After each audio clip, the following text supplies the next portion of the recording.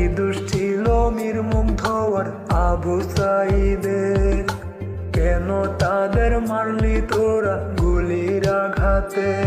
ওরে কি দোষ ছিল মীর মুগ্ধ আর আবু সাঈদের? কেন তাদের মারলি তোরা গুলির আঘাতে? আবার যদি হয় রে যুদ্ধ বাংলার মাটিতে,